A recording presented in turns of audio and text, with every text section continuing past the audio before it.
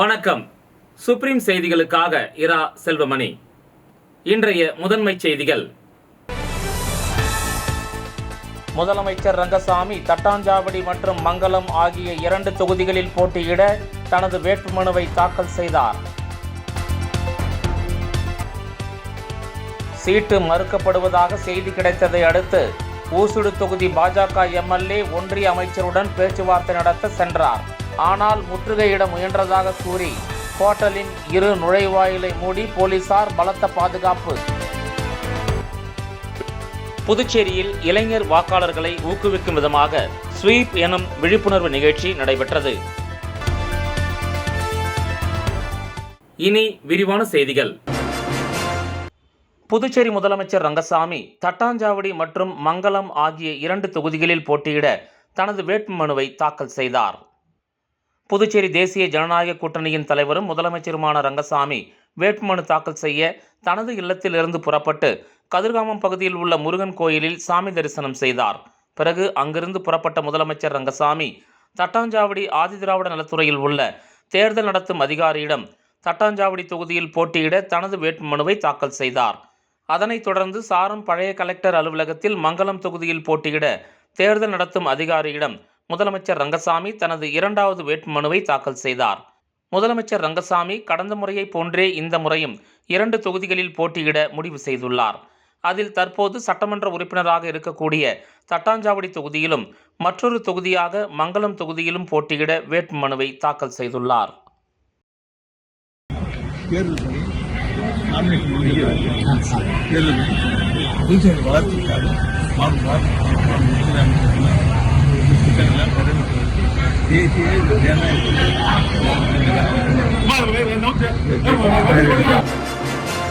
தனக்கு சீட்டு மறுக்கப்படும் என்று தெரிந்த ஊசுடு தொகுதியின் பாஜக எம்எல்ஏ ஒன்றிய அமைச்சருடன் பேச்சுவார்த்தை நடத்த சென்றபோது முற்றுகையிட முயன்றதாக ஹோட்டலின் 2 வாயிலை மூடி போலீசார் பலத்த பாதுகாப்பு பணியில் ஈடுபட்டனர். புதுச்சேரி ஊசுடு தொகுதி பாஜக எம்எல்ஏவாக இருப்பவர் சாய் ஜே சரவணன்குமார். இவருக்கு இந்த சட்டமன்ற தேர்தலில் சீட்டு இல்லை என்று கூறப்படுகிறது. இதை அறிந்த சாய் ஜே சரவணன் தனது மனைவியுடன் ஒன்றிய அமைச்சர் மன்சுக் மாண்டவியா தங்கியிருக்கும் நட்சத்திர விடுதிக்கு வந்தார். இதுகுறித்து தகவல் அறிந்தவுடன் அவரது ஆதரவாளர்கள் ஹோட்டலை முற்றுகையிட உள்ளதாக தகவல் கிடைத்தது. இதையடுத்து வடக்கு பகுதி எஸ்பி வம்சிதர் ரெட்டி தலைமையில் சுமார் 50க்கும் மேற்பட்ட போலீசார் குவிக்கப்பட்டு ஹோட்டலின் 2 நுழைவு வாயிலையும் பூட்டி ஆதரவாளர்கள் உள்ளே வராமல் இருக்கும் பணியில் ஈடுபட்டு இருக்கின்றனர். சாய் சரவணன் மற்றும் அவரது நெருங்கிய ஆதரவாளர்கள் மன்சுக் மாண்டவியாவிடம் பேசிக் கொண்டுள்ளனர்.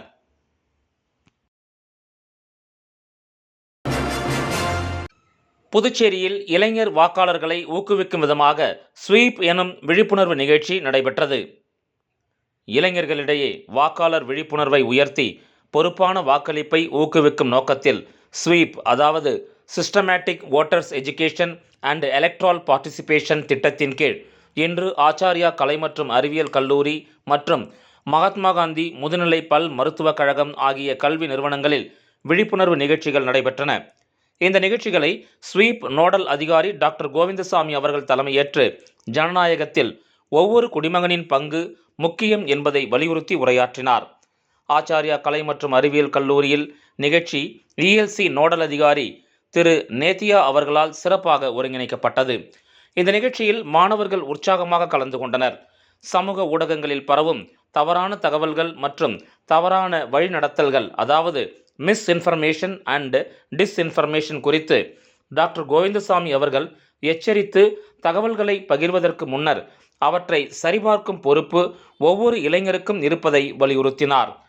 நிகழ்ச்சியின் முக்கிய அம்சமாக 2008ஆம் ஆண்டு ராஜஸ்தான் சட்டமன்ற தேர்தலில் ஒரு வேட்பாளர் ஒரே ஒரு வாக்கு வித்தியாசத்தில் வெற்றி பெற்ற சம்பவம் எடுத்துக்காட்டாக கூறப்பட்டது. இது ஒவ்வொரு வாக்கும் ஜனநாயகத்தின் திசையை மாற்றும் சக்தி கொண்டது என்ற உண்மையை மாணவர்களுக்கு உணர்த்தியது. மேலும் CVIGIL மொபைல் செயலி குறித்து விளக்கமளிக்கப்பட்டது. தேர்தல் நடத்தை விதிமுறைகள் மீறப்படும் போது பொதுமக்கள் உடனடியாக புகார் அளிக்க இந்த செயலி எவ்வாறு உதவுகிறது என்பதையும் எடுத்துரைக்கப்பட்டது. NSS மாநில அதிகாரி டாக்டர் சதீஷ் அவர்கள் KYC, அதாவது நோ யுவர் சிட்டிசன் குறித்து பேசினார். பொறுப்பான குடிமகனாக செயல்படுதல், விழிப்புணர்வுடன் வாக்களித்தல் ஆகியவற்றின் அவசியத்தையும் அவர் வலியுறுத்தினார். தவறான தகவல்களின் தாக்கத்தை எடுத்துரைக்கும் ஒரு குறும்படம் மாணவர்களுக்கு திரையிடப்பட்டது. மாணவர்கள் ஆர்வத்துடன் கலந்து கொண்டு கருத்துக்களை இதில் பகிர்ந்தனர். செயலில் ஈடுபட்ட மாணவர்களுக்கு சிறிய ஊக்கத்தொகையாக ஐஸ்கிரீம் வழங்கப்பட்டது. மகாத்மா காந்தி முதுநிலை பல் மருத்துவக் கழகத்தில் நிகழ்ச்சி இஎல்சி நோடல் அதிகாரி டாக்டர் ஜீவானந்தன் அவர்களால் ஒருங்கிணைக்கப்பட்டது. என்எஸ்எஸ் நோடல் அதிகாரி டாக்டர் லெனின் அவர்களும் ஆதரவு வழங்கினார். குறிப்பாக முதல் முறையாக வாக்களிக்க உள்ள மாணவர்கள் அதிக ஆர்வத்துடன் கலந்து கொண்டு தங்கள் உரிமைகள் மற்றும் பொறுப்புகளை புரிந்து கொண்டனர்.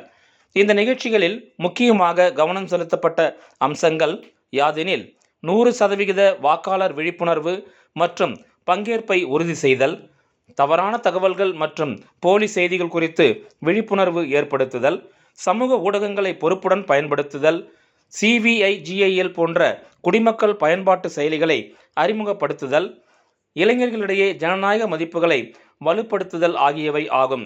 இத்தகைய நிகழ்ச்சிகள் புதுச்சேரி தேர்தல் துறையின் தொடர்ச்சியான முயற்சியாக இளைஞர்களை அதிகாரமளித்து நெறிமுறையான மற்றும் பங்கேற்பு நிறைந்த தேர்தலை உறுதி செய்யும் நோக்கத்தில் நடைபெற்று வருகின்றன. ஊசுடு சட்டமன்ற தொகுதியில் காங்கிரஸ் கட்சியின் சார்பாக போட்டியிட கார்த்திகேயன் வேட்புமனு தாக்கல் செய்தார். நடைபெற இருக்கும் சட்டமன்ற தேர்தலில் இந்தியா கூட்டணி கட்சியின் சார்பில் ஊசுடு சட்டமன்ற தொகுதியில் காங்கிரஸ் கட்சியின் வேட்பாளராக முன்னாள் சட்டமன்ற உறுப்பினர் கார்த்திகேயன் போட்டியிடுகின்ற நிலையில் கோபாலன்கடை மாரியம்மன் கோயிலில் சாமி தரிசனம் செய்தார். இதனைத் தொடர்ந்து காங்கிரஸ் கட்சி நிர்வாகிகளுடன் பேரணியாக சென்று சாரம் பழைய கலெக்டர் ஆபீஸில் மனு தாக்கல் செய்தார். இந்த நிகழ்ச்சியில் காங்கிரஸ் பேரியக்கத்தின் தலைவர்கள், செயலாளர்கள், அனைத்து நிர்வாகிகள், உறுப்பினர்கள் மற்றும் கூட்டணி கட்சி தலைவர்கள், செயலாளர்கள் பலர் கலந்து கொண்டனர். இந்திய தேசிய காங்கிரஸ் சார்பாக ஊசுடு தொகுதியில் 2026 வெற்றி வேட்பாளராக நான் களமிறங்க இருக்க உள்ளேன். அதுக்குண்டான மனு தாக்கலை முடிந்துவிட்டது. இந்த ஊசுடு தொகுதியில் 5 ஆண்டு காலமாக மிக சிறந்த ஆலோசனை கூட்டம் ஒவ்வொரு ஊர்களிலும் நடத்தி இன்னைக்கு 200% அளவுக்கு வெற்றி கண்டிப்பாக காங்கிரஸ் சார்பாக ஊசுடு தொகுதியில் வெற்றி பெறுவோம். அடுத்த வருகின்ற 2026 காங்கிரஸ் சார்பாக பெரிய அளவில் நமது அரசாங்கம் அமைய உள்ளது. இந்த அரசாங்கம் மக்களை, ஏழை எளிய மக்களை எந்த மதம் சார்பாமல், ஜாதியை சாராமல் மிக சிறந்த ஆட்சியை நாங்கள் கொடுப்போம். இந்த சென்ற NRBJP ஆட்சி இல்லாமல் அவர் செய்த ஊழல்களையும், அவர் செய்த தரமற்ற வேலைகளையும், லஞ்ச லாவணத்தை ஒழிப்போம், அவருக்கு தண்டிப்போம். அது மட்டுமில்லாமல் நாங்கள் மக்களை நேரடியாக சந்தித்து காங்கிரசுக்கு நல்ல பெயரை வாங்கி கொடுப்போம் என்று இந்த நேரத்தில் கூறுகிறேன். ராகுல் காந்தி தலைமையில் மிக சிறந்த சிறிய அளவில் நல்ல ஆட்சியை புதுச்சேரி மலர் என்ற இன்னொரு முன்னிலையில் 2 சட்டமன்றம் வந்து எதுவுமே செய்யல ஊசுடு தொகுதிக்கு. அது ஒரு சாட்சி. 2.5 ஆண்டு 3 வருஷத்துல அவரை இறக்குனதா. எல்லாத்திலையும் ஊழல், ரோடு போட்டதுன்னு ஊழல், ரேஷன் கடை அட்டை மாற்றத்திலே ஊழல். போன 5 ஆண்டு ஆட்சியை கழித்து அது சென்ற நாமினேட் MLA அவரும் பண்ணாத ஊழல் கிடையாது. ஆட்சியை கழிச்சிட்டு போனது எப்படி உங்களுக்கு இந்த புதுச்சேரி மக்களுக்கு தெரியும், ஊசுடு மக்களுக்கு தெரியும். 2 பேர் வந்தாலும் நாங்கள் வெற்றி நிர்ணயம் ஆயிடுச்சு. வெற்றி எனக்கு தான். காங்கிரஸ் சார்பாக ஊசுடு தொகுதி நம்பர் 1 தொகுதியாக புதுச்சேரியில் அமையும் என்று சொல்லிக்கிறேன். விளம்பர இடைவேளைக்கு பிறகு செய்திகள் தொடரும்.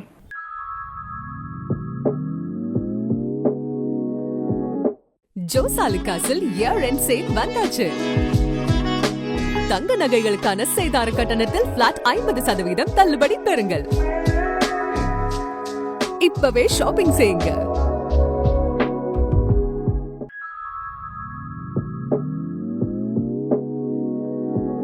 ஜோசாலுகாஸில் இயர் எண்ட் சேல் வந்தாச்சு. தங்க நகைகளுக்கான சேதார கட்டணத்தில் பிளாட் 50% தள்ளுபடி பெறுங்கள். இப்பவே ஷாப்பிங் செய்யுங்க. லாஸ்பேட்டை தொகுதியில் காங்கிரஸ் வேட்பாளர் வைத்தியநாதன் மனு தாக்கல் செய்தார்.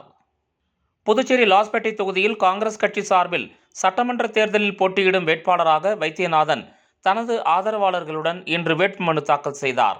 காலை தனது இல்லத்தில் இருந்து புறப்பட்ட அவர் முதலில் லாஸ்பேட்டை சுப்பிரமணிய சுவாமி ஆலயத்திற்கு சென்று சாமி தரிசனம் செய்தார். அதனைத் தொடர்ந்து 100க்கும் மேற்பட்ட இருசக்கர வாகனங்களில் ஆதரவாளர்களுடன் உற்சாகமாக ஊர்வலமாக புறப்பட்டு உழவர்கரை நகராட்சி அலுவலகம் சென்றடைந்தார். அங்கு தேர்தல் அதிகாரியிடம் தனது வேட்புமனுவை அதிகாரப்பூர்வமாக தாக்கல் செய்தார். இந்த ஊர்வலத்தின் போது காங்கிரஸ் கட்சி கொடிகள், முழக்கங்கள் என பகுதி முழுவதும் பரபரப்பாக காணப்பட்டது. மனு தாக்கலுக்கு பிறகு செய்தியாளர்களை சந்தித்த வைத்தியநாதன் மக்கள் ஆதரவுடன் பெருவாரியான வாக்குகள் பெற்று இந்த தேர்தலில் தான் வெற்றி பெறுவேன் என்றும், கடந்த 16 ஆண்டுகளாக மக்களுடன் இணைந்து தொடர்ந்து பணியாற்றி வருவதாகவும், தேர்தல் நேரத்தில் மட்டும் மக்களை சந்திப்பவன் தான் அல்ல என்றும், எப்போதும் மக்களுடன் இருந்து அவர்களின் பிரச்சனைகளை தீர்க்க முயன்று வருகிறேன் என்று தெரிவித்தார்.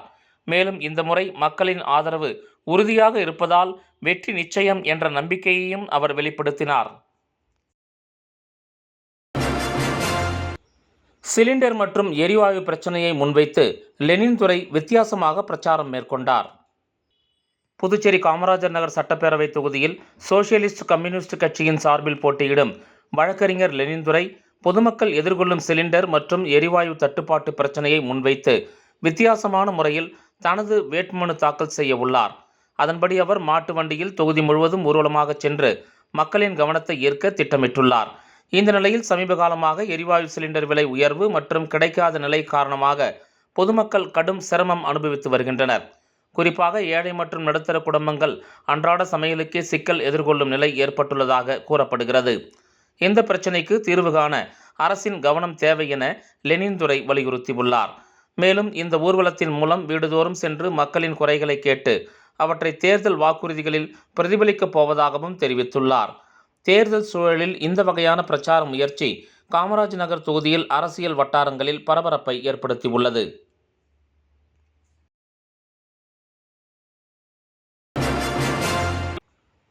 வாக்காளர் விழிப்புணர்வில் பெண்களின் பங்கு என்ற தலைப்பில் வாக்காளர் விழிப்புணர்வு முகாம் நடைபெற்றது.